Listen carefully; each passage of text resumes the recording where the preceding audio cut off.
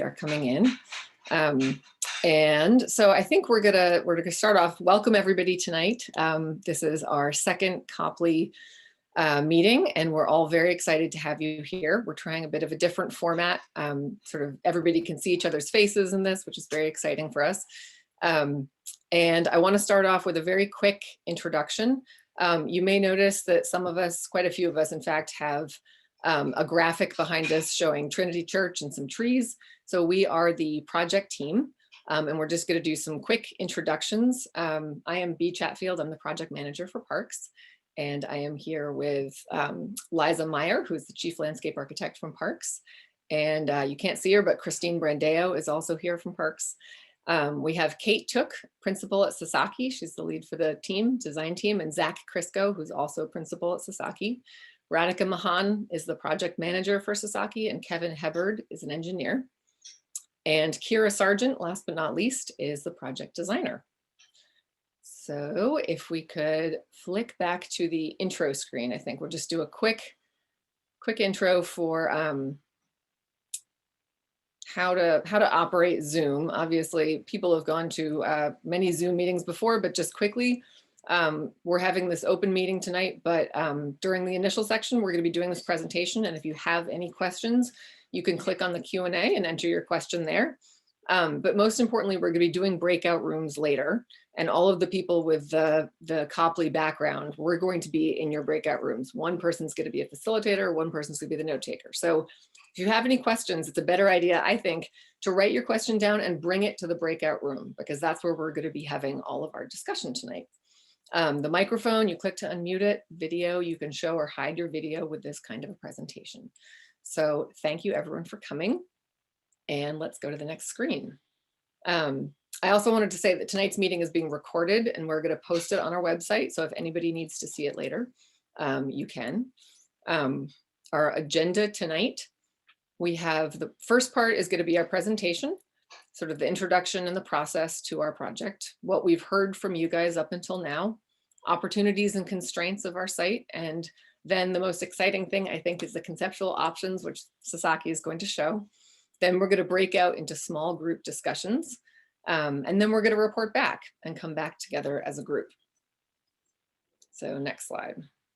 I think this is actually a good time, if it's okay, I was going to say to welcome any elected officials, if that's possible. Sorry, I think I'm doing this not in order, but I think I noticed that Councillor Bach is here tonight. And Councillor Bach, I wanted to see if you wanted to say a brief hello. I'm going to unmute her. Thank you. Gotta find her. There she goes. Hi all. Thank you, Bea. Kenzie here, representing District 8. And very excited about the project, and just want to see many constituents on the Zoom here who I know have already been providing a lot of feedback, and I appreciate folks continuing to do that. And just recognizing that this is a space, Copley Square is a space that so many of us live in, day out. It's a space that is used both by people coming from near and far and identified with the city, and also a space that's really the neighborhood's front yard, the churches, the libraries, and also is a place that's heavily used by unhoused folks in our community and people who really rely on our public goods. So Copley Square is very close to my heart. Happy to be here today, and definitely my team, we're tracking this project closely. And I just want to say to anybody who's on today that if you do have thoughts and comments and you want to share them with us, as well as with the Parks and Sasaki team, please do reach out to me at my City Hall email, and would love to hear from you. So thanks for letting me interject, Bea. Thank you, Councillor Bach. If there are any other electeds that are here tonight, if you want to raise your hand, notify Christine. No. Okay. So here we are then. So welcome back to this meeting process. This is our second public meeting, and we're very excited. As a city, we ask a lot of Copley Square. Once a year, it hosts the Boston Marathon. Weekly, it transforms into a marketplace for the largest farmers market in Boston. It hosts protests and book fairs. People enjoy having lunch by the fountain, and the park is the foreground for some of Boston's best known architecture. This project that we're undertaking is about upgrading the park so it can better serve our needs today and in the future. Tonight is about understanding your take on that direction. Do our designs reflect how you think this park should look, feel, and perform? We want to hear your thoughts and responses. So a little bit about our process. When we design a public space or a park, we try and consider safety and regulatory guidelines, community input, as well as city priorities and parks goals. Some of the city priorities that we have are expanding walkable access to parks, addressing equity, climate resilience, public health, and community building. And then some of our parks goals are making parks accessible and available to all, creating a diverse, balanced, and efficient mix of uses across our park system as well as within a park, creating meaningful and inclusive community engagement, adaptive and resilient landscapes in the face of climate change and heavy use, and promoting connections, not just physically within parks, but also within communities. So we have here tonight a fantastic project team. I just did a quick intro before, but this gives you a sort of understanding of how many pieces are in the mix here. On the left, you've got the Boston Parks and Recreation section. I am B. Chatfield, the project manager, Christine Brandeo, outreach coordinator, Liza Meyer, chief landscape architect, and Ryan Woods is our great commissioner. We're working with the mayor's office. We're working with Boston Planning and Development Agency, the Mayor's Office of Neighborhood Services, and we're also working with the Public Facilities Department, coordinating with their project to work on the McKim Building and the Dartmouth Plaza. We have a fantastic consultant team here. Sasaki is the lead designer. We've got Kate Took, design principal, Zach Crisco, Radhika Mahan, Kevin Hebard, Kira Sargent, and Julian Osorio. And we have a great deep bench of consultants that will help us realize this project to its fullest extent. Next slide, please. So here we are in our time frame. We've got, we've taken the site analysis portion. That was our first meeting. We had a fantastic survey where we got just a ton of public response. So that was really wonderful. We've got a lot of data to pull from that the design team is going to share with you. And here we are at our second public meeting where we are sharing those three rectangles there represent the three schematic options that we're talking about, three conceptual options, excuse me. So we want to hear your thoughts on those. We're going to be having our final design meeting sometime in the spring. Then we get into definitive design construction. We're looking at potentially 2022, sort of starting probably after the marathon and ending about a year after that.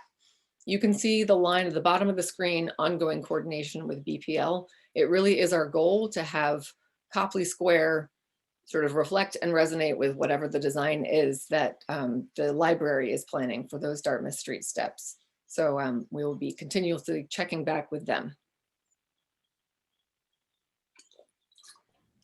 Excellent. So passing it off to the design team, sorry.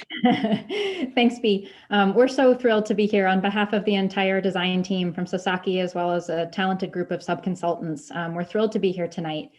We want to be clear that our goal tonight is really to listen. We're here to hear from you.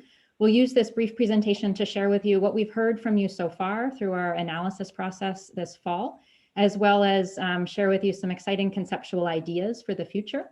And we will use a whole bunch of our time to engage with you all in discussion about what resonates and let you all hear from each other about what the community values and let you express your ideas and then also hopefully give you some tools to engage other community members that might not be able to be here tonight with the ideas and with future options for Copley Square.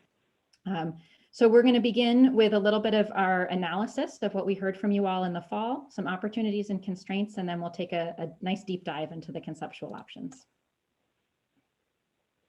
Thanks, Kate. So I'm going to first start by talking you through a bit about what we learned in our first wave of outreach. And as Bea mentioned, we got an incredible response to the online survey with more than 1,200 responses and a huge amount of data that we've been sifting through since then. We've also had multiple steering committee meetings and meetings with park staff, and of course, the first version of this meeting where we had 85 attendees. So we've got an incredible amount of data that's launched us into this next phase. In terms of who we've heard from, the majority were white, sort of generally representing the demographics of Back Bay. We were incredibly excited to see that over half of the people that responded to the survey visit the site daily or weekly, meaning they have an intimate knowledge of the site. And interestingly, most of those that did respond don't have children at home. So that's a bit about the demographics of who we heard from. We asked people to identify with a user group, and we allowed them to select up to 3. And those groups that rose to the top were local residents, passerbyers and commuters, library visitors, and skateboarders. And so the bulk of the survey responses came from one of those 4 groups, or people representing multiple versions of those groups. Really interestingly, the responses to the online survey represented not just Boston, where we had about 60% of the folks who responded from Boston, but absolutely from greater Boston as well. And it was great to see that. And if you see the map on the lower right-hand side of the state, you could see that really what we're finding is Copley Square is a regional draw. And so we heard from a regional group of folks. Now, in that huge amount of data, there were some amazing written responses, and we pulled out a few that we felt were representative. Folks love using the square as a place to hang out and relax during lunch, sometimes watching the skateboarders.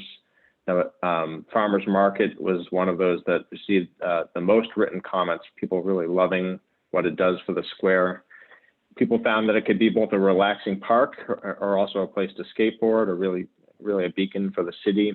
And consistent was this idea that it's really a historic icon, that it matches the architecture around it and speaks to it. And so it was really fun to read through those comments and find some themes. The 4 themes that popped up most really centered around these ideas of character, people, program, and environment. People wanted to keep the balance of the paved and green space and understand the sort of historic amenities that are incorporated in the square. Certainly an attitude of trying to keep as much diversity in the square as possible and allow it to be universally accessible. Folks wanted to showcase sustainability throughout the square and ensure that it could be maintained for the foreseeable future in a way that would keep its quality up. And of course, understanding that a variety of programs need to be accommodated in the square, both small events and larger events like the marathon. And so those 4 themes we've now turned into a series of principles that we'll use to evaluate the schemes that we're going to share with you today and the final scheme later in the process to ensure that we're meeting what we've heard from the community. And so those 4 principles are: Copley will be an iconic landmark at the heart of Back Bay. Copley will be an inclusive Bostonian gathering space, really speaking to the type of people. Copley will be a durable and sustainable New England landscape, speaking to the environmental opportunities. And Copley Square will be a vibrant destination within the hub, talking to that program opportunity. Now, there's so much more information to dive into within these principles, and we actually have a detailed presentation on the city's website that will be linked later in this presentation. So you can learn more about what we heard from folks during the first wave of outreach and more about the principles that have been developed to date. So we're going to talk you through a bit about what that data told us and a deeper dive in the analysis. And what we'll share with you in these next few slides is consistent throughout all of the schemes that Kate and Roderick will walk you through today. The first, as Bea mentioned, is that the public library is also undergoing a master plan right now. And so we're coordinating with that team to ensure that the 2 projects speak to one another. The city will also be undergoing a study for Dartmouth Street, and any opportunities and constraints there will be folded into our process once they begin. The Bostix kiosk will remain consistent throughout all these schemes, staying in its place, so there's no change there. And lastly, the fountain mechanical system is quite intense, and we've made the decision to keep that mechanical system where it is, which means the fountain that's shown in all of the drawings is generally in the same place. We're going to study a few options, but it's generally staying where the existing fountain is shown today. We also heard overwhelmingly that the trees are one of the defining characteristics of the square, and people would love to see them stay. And so working with the city, we're going to do everything we can to maintain as many trees as possible in the schemes. We've brought in an arborist who's an expert at evaluating existing trees and understanding the suitability for preservation. And so you can see they're color coded here in terms of their ability to preserve them for the long term. And so we'll be taking a closer look at both the root zones and the characteristics of each of those trees to ensure we can do our best to preserve them. And we've started doing that through a series of typologies. First, understanding the existing conditions, the little sketch on the left showing you what's happening with those root systems now that are largely compacted by the paving and don't have quality access to air and moisture. And then the two sketches on the right, starting to look at potential for creating a healthy tree system by taking the load off the trees, both vehicular and pedestrians, and either replacing that with planting zones that won't be walked in, or some sort of elevated structure that would take that loading and distribute it through piles, all with the purpose of trying to get people close to the trees, but protecting those root zones. And of course, stormwater strategies are incredibly important in the Back Bay. And so we're going to be looking at opportunities to put stormwater back into the ground, whether it's through storage opportunities, permeable pavements, planted areas, all with the goal of trying to recharge that groundwater and protect the existing piles that exist in the structures around the square. Excellent, thanks, Zach. So the guiding principles as well as the opportunities and constraints on the physical site gave us an opportunity to explore several different conceptual options for the site. So this is the part I think that we're really excited to share with you tonight. We're going to bring you three options, and I do want to be clear that at no point tonight are we going to ask you to choose one. Instead, what we're bringing you is three deliberately different options that respond to the guiding principles and the constraints in different ways. And then we're going to be asking you to think a little bit about which scheme is most successful in a variety of different ways, which scheme is best successful at handling the tree stewardship that Zach just mentioned, which scheme best integrates the surrounding architecture, which scheme is really best for programming and events. So we aren't going to ask you to choose one, but we are going to ask you to think a little bit about how the different layouts might work for the future. So we've brought you three schemes tonight. We call them City Platform, Raised Crossings, and Framed Ellipse. Again, we're going to share those three options. Radhika and I will take you through these options now, and then we'll be in breakout rooms to really discuss what you all think about the three options and what could be the best for Copley. So starting with City Platform, really the idea here is that we create a signature metaphorical stage for civic life, which extends under Copley's legacy trees, provides that tree protection that Zach just spoke about, and allows people to get under that tree canopy and connects a lawn space, a plaza, and a fountain. You can see that here in plan. So just to orient you all, the library building is on the left-hand side, Trinity Church is on the square, Fairmount Copley is to the lower end of the drawing. So big picture, this drawing, City Platform, is the brown rectangle, which extends under some of Copley's most special legacy trees, provides an experience under those trees that is raised up and is a vantage point for folks visiting. They can see and be seen from that space. Around the edge of that structure are many ways to experience city life, to look out and to relax. And then that structure also includes a space for a reimagined fountain with plenty of seating around it. And this fountain slopes back towards that seating in a way that's inviting and intimate and a really wonderful place to be. You can see that this drawing flips the existing relationship between lawn and plaza. So we create a lawn, which really acts as a front yard for Trinity Church, brings quieter, more passive activities to the edge of Trinity Church, and then has a plaza that opens out onto Dartmouth Street and to the connects to the plaza in front of the McKim building. So you can imagine that larger events might spill out into that shared space. In terms of character, you can see that we're imagining that platform could be a variety of different materials. It could be wood, as shown down here in the bottom left. It could also be some sort of metal grating. And the detailing of that could really vary depending on what desired character people have. But the idea is that there would be flexible furnishings up in that space, and then a really wonderful articulated edge, which provides opportunities for prospect and refuge, as well as comfortable seating to really look out at the activities of the square and the street. And finally, that sloped fountain is something where there would be texture in granite, water running over it that provides delightful sparkling light and noise in order to just provide a calming space within the city. Here you can see a couple of diagrams that articulate how flexible that edge could be. In some places, it might be a lean rail. In other places, a seat that faces both interior and exterior to the platform. In other places, steps that form an informal stage where buskers and other street performers could show off. And then finally, other ideas where it could be a table and a lounger. On a weekly basis, this plan works pretty well for the farmers market. Crowds can come into that plaza, the tents set up around the edge of the plaza, and there's really a wonderful sense of activity in the plaza.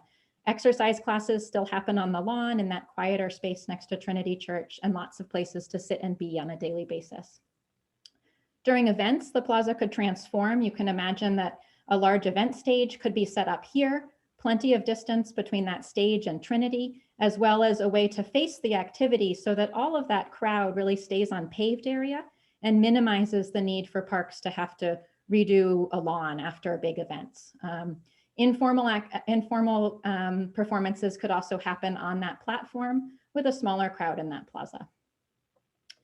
And finally, I think for each of the schemes, we're going to show you that sense of understanding the surrounding contextual architecture and really framing great views to Trinity Church and the McKim building, which are really important historic buildings that inform the site experience, is important. So this imagined artist take for Boston's original art square really highlights that sense of how the original legacy trees continue to frame your view towards Trinity, with a new front lawn to Trinity that provides that sort of green carpet right in front of the stairs, and that flexible edge of the city platform, which provides a wonderful place to sit and see and be seen and relax on a daily basis.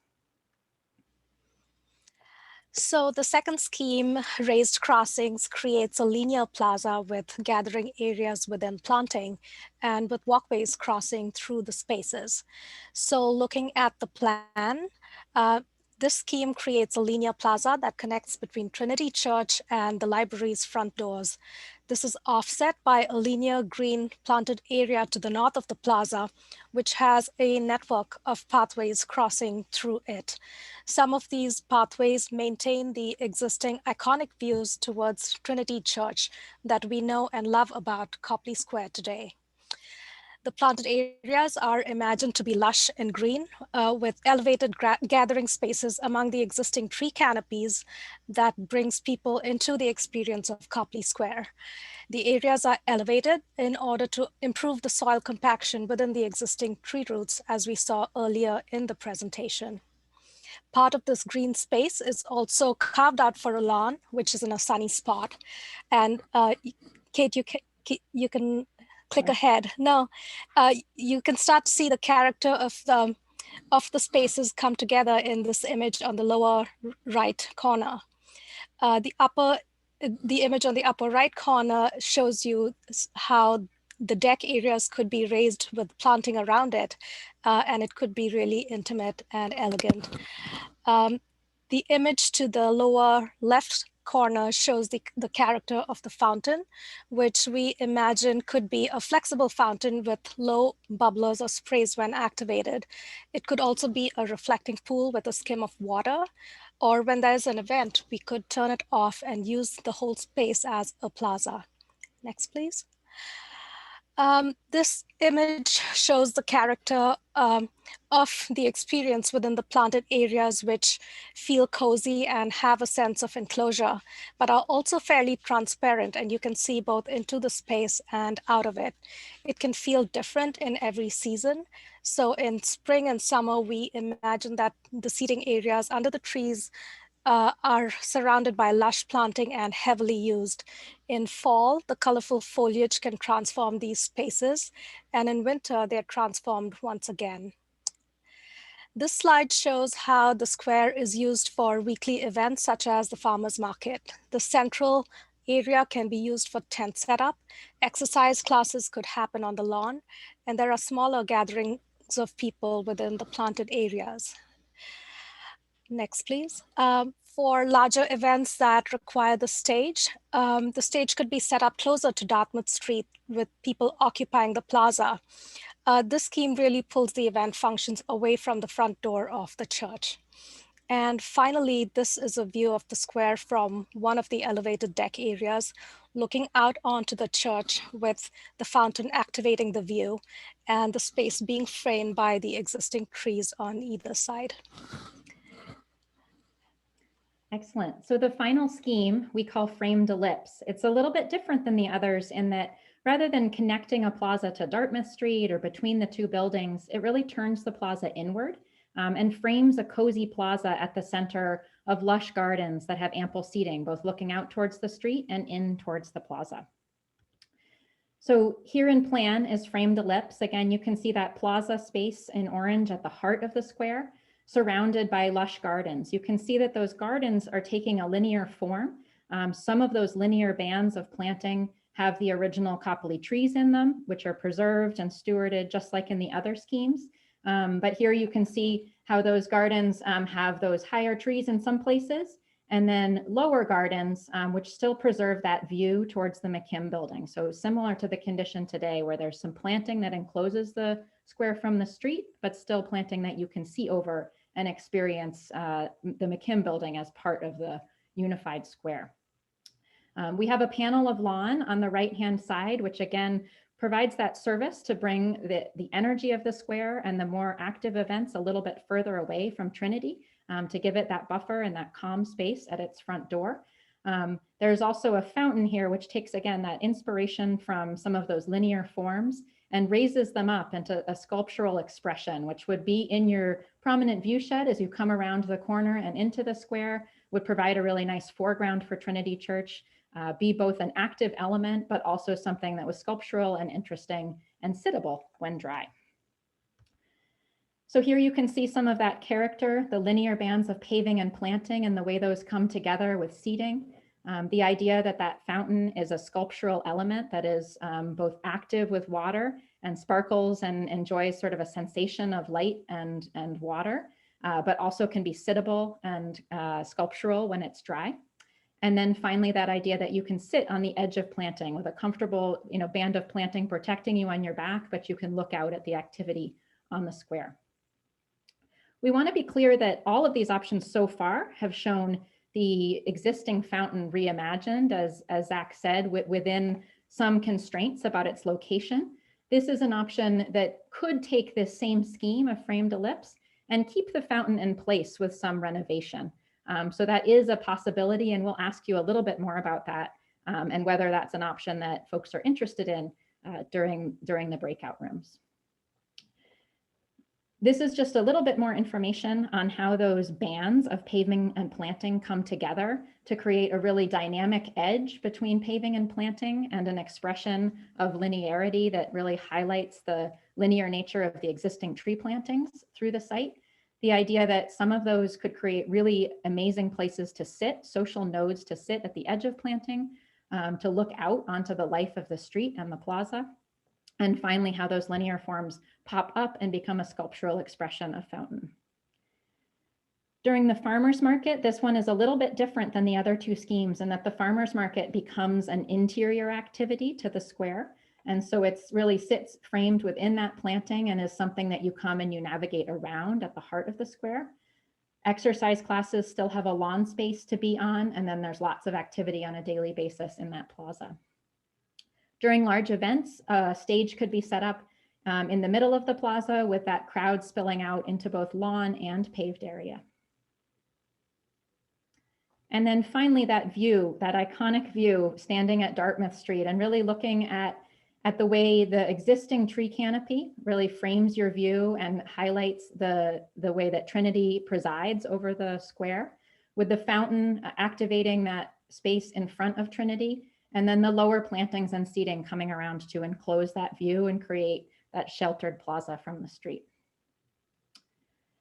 So Radhika and I have shared 3 options with you. I want to emphasize again that our goal here as a design team is not to have you choose just one, but really to present a range of options that could be possible for Copley and engage this group in discussion about which ideas are the best for different parts of the square and different parts of the experience. So just to summarize, City Platform is one where that plaza opens out onto Dartmouth Street and the lawn sits really squarely in front of Trinity, with that signature stage and platform that runs along the northern part of the site. Raised Crossings has a plaza that connects the two important facades around the square, the McKim Building and Trinity Church, and then has a band of planting that can really be inhabited and experienced as a counterpoint to that. And then Framed Ellipse has an opportunity to really make a cozy plaza at the heart of the square, surrounded by plantings and really providing opportunities to look both in and out towards the street. So what we're going to do now is we're going to break into some small group discussions. We're hopeful that those on the call today will be willing to engage with us in discussion in small groups. We have a guided discussion where we have a number of specific questions for you, and we're hoping that you will help us understand the answers to some of those questions. Now, what we're going to do is we're going to be placing you all into 6 different Zoom breakout rooms, and there will be a facilitator from either the design team or the parks team, as well as a note taker. So you'll see at least 2 people in your room with the same background that I have on currently. We'll be engaging you in discussion topics around the trees, the fountain, the architecture and context, and the events and programming, asking you which scheme is most successful in these areas, as well as which scheme you might think is most successful overall. And then we're going to ask you towards the end of that 30 minutes to help the group summarize 3 big takeaways. What would you like the facilitator to report back to the larger group about the discussion we had? We have some general ground rules for each of the discussion, making sure that you're speaking from your own experience and giving space for others' voices to be heard. And we trust that you all will honor those guidelines as great community members. So if for some reason you are feeling nervous about speaking up, or this is not the format for you to share your opinion, there is also an opportunity to go online and take a survey where you can answer some similar questions. We hope that you will engage in discussion with us, but if for some reason the survey is more comfortable for you, that will also be an option. So Christine, I'm going to not share my screen anymore, and I think it is time to break into breakout rooms. All right, sounds good. You should be all set now to go into your rooms. Do you mind just addressing that with everyone else, Rebecca? Sure. People are trickling in, but yes, I will respond to that. So we started off with a budget that was based on just a very preliminary assessment of what the square needed, which was some repair. And if people were interested in only doing some repair, then that budget would cover it. And that was our $4 million budget. And since then, since the first meeting and our survey, it has shown that people have a larger, a greater appetite for, a little bit of change, certain things remaining similar, but instead of just a shave and a haircut, a little bit more change. So we talked to OBM and they have approved a larger budget for us, which is great. We have the ability to plan with a budget in mind of about $7.5 million with add alternates, which basically means that we have the ability to expand up to about 10 million if need be, which is fantastic news because it means that we can use, great materials. We can explore different methods of design that otherwise wouldn't possibly be open to us. We can use different methods of retaining the existing trees. It just opens up a lot of different approaches for us. So more money is always better money. So thanks for asking, Zach.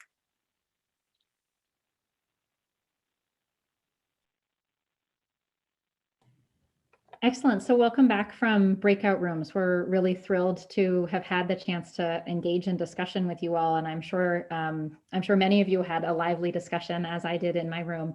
What we'd like to do is just spend about 5 to 10 minutes reporting back on some of the 3 big takeaways. So what we're going to do is each facilitator is going to summarize those takeaways from your group, and just really quickly hit those key points.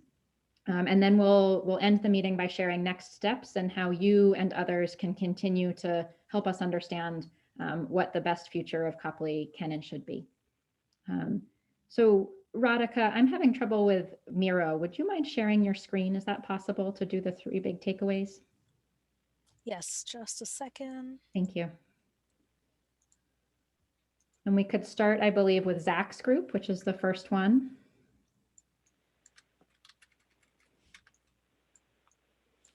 Hi, everyone. We had a great discussion, as you suggested, Kate. Lots of really great input. Three big takeaways. One is that access to the trees is going to be really important. And that's not just seating around the outside of the root zone, but it's actually being up and under them and feeling like you have that canopy above you, especially when you want to sit down in the shade. So that was a really interesting takeaway. Folks really appreciated the farmers markets that opened up to the adjacent context. And I think we're feeling like in that third option, when it was more compact, it didn't quite respond appropriately to the outside communities. And so that was helpful. And then we spent quite a bit of time talking about safety of the square and wanting to ensure that the square feels accommodating to everyone, but also needs to be appropriately lit and have the appropriate view shed so that everyone can feel comfortable.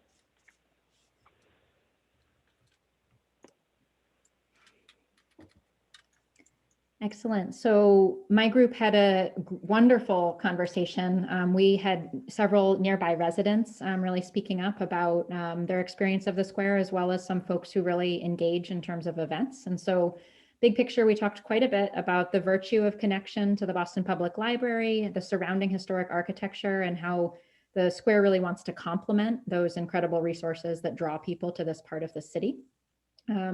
We had quite a bit of discussion about the value of green space to paved and the need to feel like there's some green space and some softness to the city, but also have that ability to host events. And then finally, that we talked quite a bit about the value of bringing activation to the square and balancing, what we bring and how that activates the space with what those things need in order to operate without causing damage or other challenges for the surrounding neighborhood.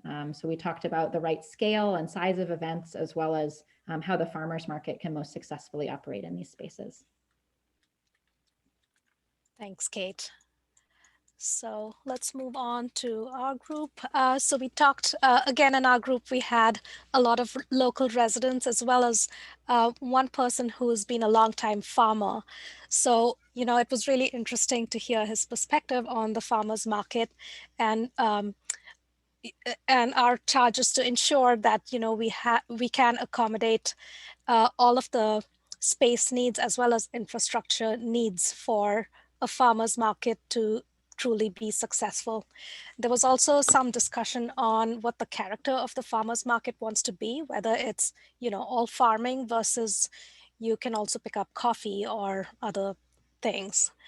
There was some discussion on skateboarding and as it relates to the water feature, because as we all know, it's well used today, but the question really is, how do we accommodate this or not? And finally, we talked about designing for people and the program. And part of this discussion was also touching upon public art and including public art within the experience of Copley Square.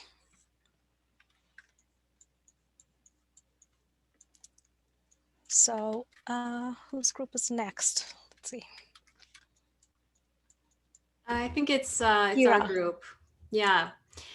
So our group also had a lot of local residents, and we had several people who talked about maintenance and the need to really design for what we can maintain. And there was also some discussion about fiscal responsibility, making sure that we're making choices that fit within sort of the priorities of the city. We also had some consensus about wanting to make sure that the trees remain and that even vegetation be added to make the square more lush and to help combat urban heat island. And then there was also some discussion about seating, whether we should add more linear seating like in scheme 1, but also the flip side of having to be a little careful of social dynamics and how we maintain the space as welcoming for everyone with different kinds of seating. A few other points that came up were using the fountain in the winter, which is a really interesting idea. And then also the issue of making sure that all the materials are durable enough for the pavement and for skateboarding, should it occur. I think B may be next. Four big takeaways. Well, this is funny because we tried to get organized towards the end and say, okay, what are our big takeaways? So I'm kind of like, all right, what did Kevin write? Because I have this thing written next to me too. So there was, we discussed, I think, like everything possible. And there was a lot of discussion about, you know, the seasonal attraction of the square and sort of how we can activate it and what we could do. And one of the sort of interesting ideas had to do with, you know, how can you, if you don't have a fountain that works, you know, that is flowing 365 days a year, maybe there's something that you can do in that space in wintertime that maybe speaks to water, you know, some sort of ice sculpture kind of thing, or some statues, or, you know, good example, having to do with, I think, statues that are on the common, that sort of bring some action and activity during those winter months. So it's kind of like how to have this space be fascinating and wonderful, you know, 4 seasons of the year. Food was also a topic of discussion, and how, you know, people always want to have the ability to go someplace and know that they can get a little something. And, you know, if you can sit there and eat something while looking out at the view. I think some examples there, there was a park in London, and sorry for not remembering it, but either a permanent structure for food versus food carts, you know, weighing those different options. So the feel of the space also was definitely a big topic. You know, how seating can, you know, can create a space where you feel sort of welcomed or not, you know, and I think it was noted that the framed ellipse scheme didn't look like it really maybe had enough seating in it, but, you know, maybe seats around the ellipse would be like a really welcoming, wonderful feel. You know, so how to sort of create these spaces within the park and provide enough seating for people. Modem update, what is that? Oh, modern update, sorry. I was like, I don't think we talked about modems. Sorry, let me zoom in. Yeah, if you could zoom in on this a little bit, Radhika, there we go, thank you. So discussing the potential to integrate tech into the square. And this was really cool because some of it was programming, and there was a suggestion of having some like really cool like screen feature, you know, either wrapping around a portion of the square or located within the square that, you know, has some interactive component to it, you know, kind of art, kind of notification. Maybe there's an app related to that. Just some really great ideas, and, you know, down to the nitty gritties of perhaps charging stations that could be incorporated into benches. So we really, you know, everything under the sun. So it was a very active and great conversation, I thought.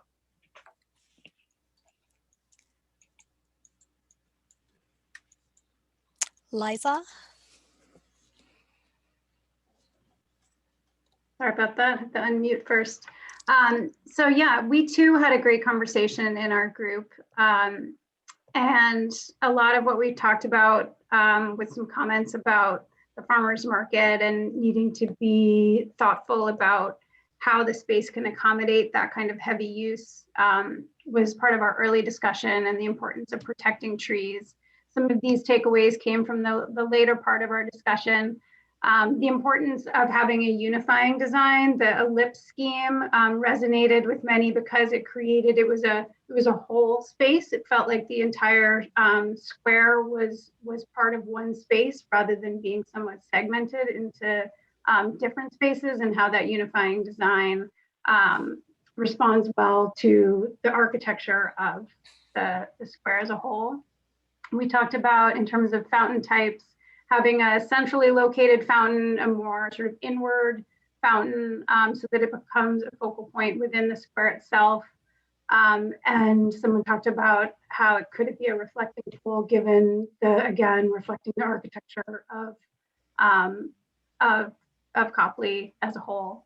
And then we also talked about where the plaza should be versus where lawn might be, and pulling the plaza out to Dartmouth and having more landscape or lawn space closer to Trinity seemed to work well for a number of reasons. Yeah. Excellent, thanks so much. So that was a quick summary of the many different conversations that we all had in breakout rooms. Please rest assured that if your specific comment was not just reported back to the entire group, that it was still recorded on one of the sticky notes throughout the breakout room process. and will be analyzed and taken into account when we analyze all of the data and all of the comments that we've heard. So that is a really helpful kind of treasure trove of information that you all have just given us through the discussions. I'm going to share my screen one more time just to chat about next steps and to ensure that you all have a good sense of how you can continue to engage with us as the design team about the future of Copley Square. So right now we're here today talking about concept options. The next meeting in a couple of months, we will advertise another meeting where we'll explore together a refined conceptual plan. During the intervening time between these today and that time, the design team is going to be analyzing what we hear tonight and through our survey, which will be open for a couple of weeks, to understand what you all thought about the schemes and to refine into one which really brings together some of the best ideas and the ideas that resonated most with you all as Copley's public. Once we have that refined conceptual plan, we'll be bringing that into detailed documentation so that we can begin construction on delivering a really wonderful new space for Boston. Finally, we do want to end with an opportunity for you to ask any quick final questions, but we do want to share this information here on the bottom. If you didn't get a chance to express everything you wanted to us, and you have other things that you would like to say or other ways that you'd like to engage with the information, please go on and take our survey. You can take it even though you were at this meeting and let us know kind of more in depth about your thoughts and responses. There is an opportunity to check a box that you were attending the public meeting, so we'll know that we've heard from you in 2 different ways. Please also share this with other community members so that we can ensure that we hear from as broad a diversity of Bostonians as possible about the future of Copley Square. There's also quite a bit more information on the project as well as our guiding principles and analysis on the project website. So feel free to share that resource with friends and neighbors as well. Bea, do you want to share any last words to wrap us up? No, I just, here's my information right here on the screen. And I am open to phone calls, emails, whatever, please just let me know if you have any questions, if I can send you something. I've heard from many people and it's been really fascinating sort of hearing the different takes that people have. So, this is the end of the meeting pretty much, but it's not the end of the conversation. So please continue to communicate. And I hope everybody will go to our project website, take our survey, tell everybody. So thank you so much. This has been a wonderful night. Thanks to the design team for setting this up. Thanks so much. Thanks, everybody. Bye, everyone. Hi, thank you.